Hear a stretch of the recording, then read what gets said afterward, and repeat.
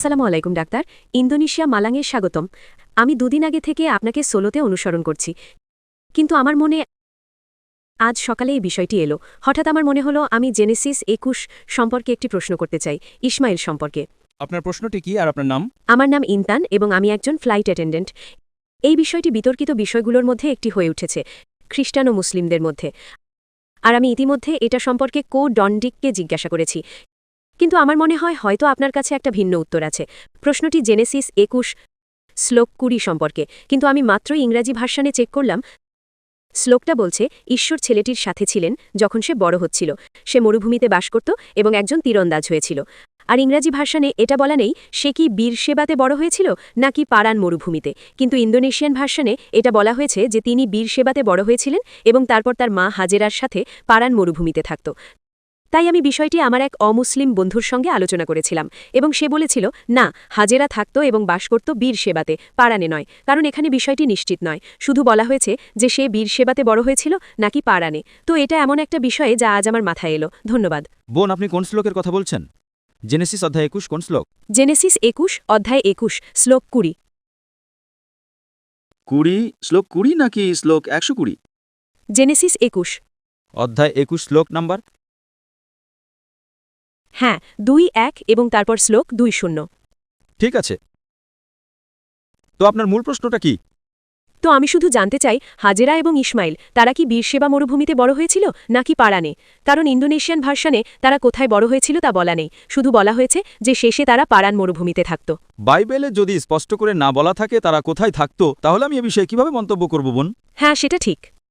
আপনাকে বুঝতে হবে যে অনেক সময় কোরআন এবং বাইবেলে যা উল্লেখ করা আছে যা নেই, এমনকি যদি আমি জানতেও পারি তাতে আমার বিশ্বাসে কি পরিবর্তন আসবে বোন? আপনার বিশ্বাসে কি কোনো পরিবর্তন আসবে যদি আপনি জানতে পারেন তারা কোথায় বড় হয়েছে? কারণ আমি এটা ডন্ডির সাথে আলোচনা করেছিলাম। ইব্রাহিম বীরসেবাতে যখন একটা চুক্তি করেছিলেন তার সাথে সম্পর্কিত, আর এটা মুসলিম এবং খ্রিস্টানদের মধ্যে একটা বিতর্কিত বিষয়ের মতো হয়ে গেছে। ইব্রাহিম কি হাজেরার সাথে থাকতেন নাকি সারার সাথে? কারণ আপনি জানতে চান যে উনি কার সাথে থাকতেন, হাজেরা নাকি সারা? হ্যাঁ, আমি যে ভার্সনটা পেয়েছি সারা হচ্ছে সে, তো সে মারা গিয়েছিল অন্য একটা শহরে। এটা কি হেব্রন? আমি নিশ্চিত নই। এটা খ্রিস্টান এবং মুসলিমদের মধ্যে বিতর্কের মতো হয়ে গেছে।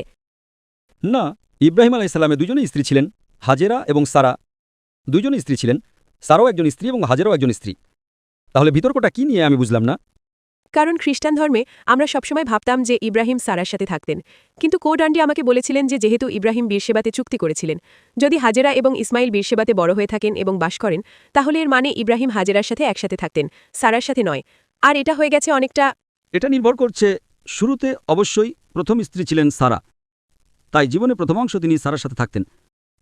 হাজেরাকে বিয়ে করার পর তিনি হাজেরার সাথেও থাকতেন। এখানে পার্থক্যটা কি আমি বুঝতে পারছি না। তিনি শুরুতে সারার সাথে থাকতেন, পরে তিনি হাজেরাকে বিয়ে করেন, ঠিক? হ্যাঁ, তিনি হাজেরার সাথেও থাকতেন, তারপর তিনি হাজেরাকে মক্কায় রেখে আসেন, তারপর তাকে রেখে আসেন। তাই জীবনের বিভিন্ন সময়ে তিনি বিভিন্ন মানুষের সাথে থাকতেন। তো সমস্যাটা কোথায়? তার জীবনের বিভিন্ন সময়ে তিনি ভিন্ন ভিন্ন স্ত্রীর সঙ্গে থাকতেন। কারণ আমি বাইবেলের ভার্সনটা পেয়েছি। দুঃখিত, হ্যাঁ, আমি বাইবেলের ভার্সন পেয়েছি। সারা মারা গিয়েছিলেন এবং ছিল হেব্রনে, কানানের কাছে। তো আমাদেরকে বলা হয়েছে যে কোডন্ডির মতে আসলে ইব্রাহিম হাজেরার সাথে থাকতেন, সারার সাথে নয়। শুধু এটা জানতে চাই। সারা মারা যাওয়ার পর তিনি কিভাবে সারার সাথে থাকতে পারেন? সরি?